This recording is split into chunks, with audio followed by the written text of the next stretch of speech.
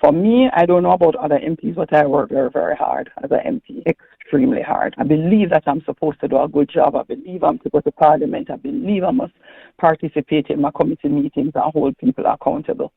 Hey, my people, welcome back to the channel. It's your girl, Anissa Bella Rose.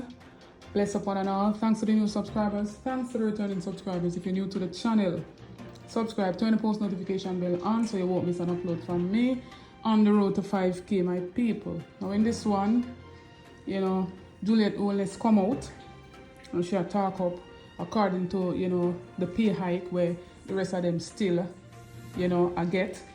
Right, the two leaders of each party, opposed to it, according to, news report. But the other members, MPs in the cabinet are still getting that massive 200% up to 300% increase in their pay. And according to the news, they said several members of the parliament are refusing to speak publicly about the increases. So the announcement by Finance Minister Nigel Clark that his fellow parliamentarians and cabinet members are set to receive a 200% increase in their salaries came as a surprise to everyone except those in the cabinet. Right? MPs spoke out to Nationwide and confirmed that they were not consulted on the increase. Nationwide said they spoke to 14 JLP MPs while welcoming the increase. Those of the government backbenches were scared of the public backlash and declined to go on the record. Deputy Speaker of the House, Juliet Holness, was the only exception. And Juliet Holness, believes that the increases make sense. You hear what I say, people? She said that she believes that the increases make sense.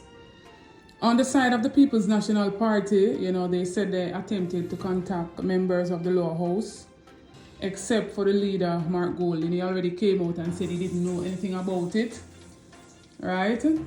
Maybe they have heard talks to say that they will get an increase, but they didn't know the magnitude of the increase, my people. And so they spoke to a couple of the lower house member of parliament from the People's National Party side, and they didn't want to be on the record. So, I want to listen to this clipping from Juliet Holness and then weigh in and tell me what you think about what she has to say. Check it out, my people.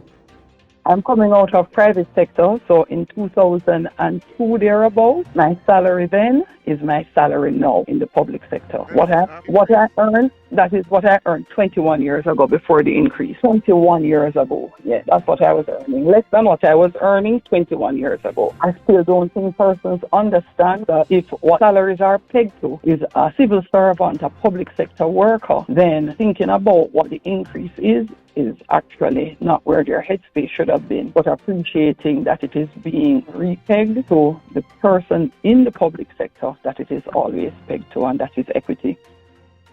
For me, I don't know about other MPs, but I work very, very hard as an MP, extremely hard. I believe that I'm supposed to do a good job. I believe I'm to go to Parliament. I believe I must participate in my committee meetings and hold people accountable. And I definitely am one who would want to see us continue to grow our country to the point that we are no longer paying people in allowances and benefits. A person's salary can be taken into consideration in their earning, their pensions. So when they leave public service, they actually have a pension that was not substantially based on vacation and traveling and car allowance, but pay.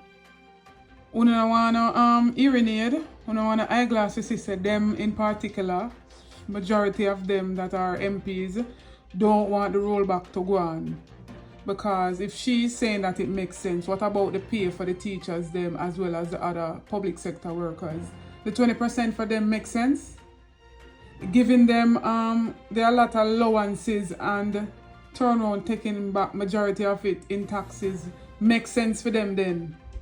So you see, in all of this, I bear selfishness and greed, my people, based on what I'm seeing so far. And in recent times, PNP opposition leader Mark Golding is saying for them to roll back everything. Majority of them in the Labour Party don't want it to be rolled back because who not gonna give up for them one for donation to less fortunate, to me is a form of political scheme to gain back the trust and the loving of the people.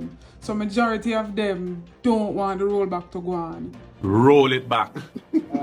Don't get into these nuances around something which has gone bad a morning. It can't come good a evening. Roll it back. Roll it back and do the thing afresh. That's what the country wants. That's what we want.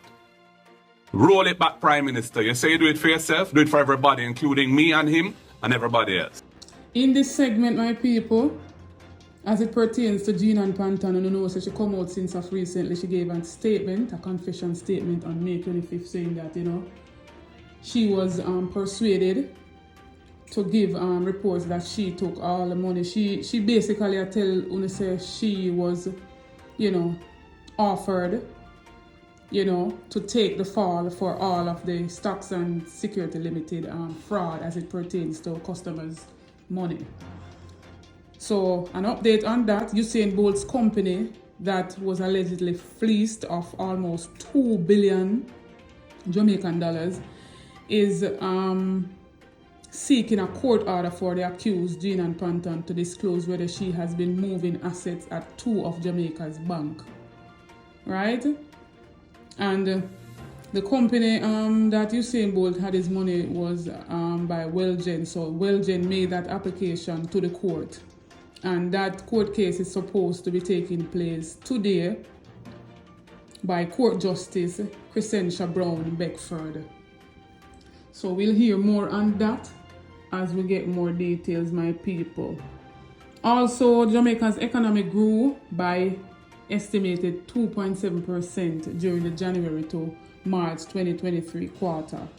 So them claim now say, you know, this is the 8th consecutive quarter of growth recorded under the Juliet Holness-led government. And this data was taken by the Planning Institute of Jamaica by Dr. Wayne Henry. Right, he quoted that the preliminary output for the quarter resulted in growth of 4.3% for the fiscal year 2022 to 2023.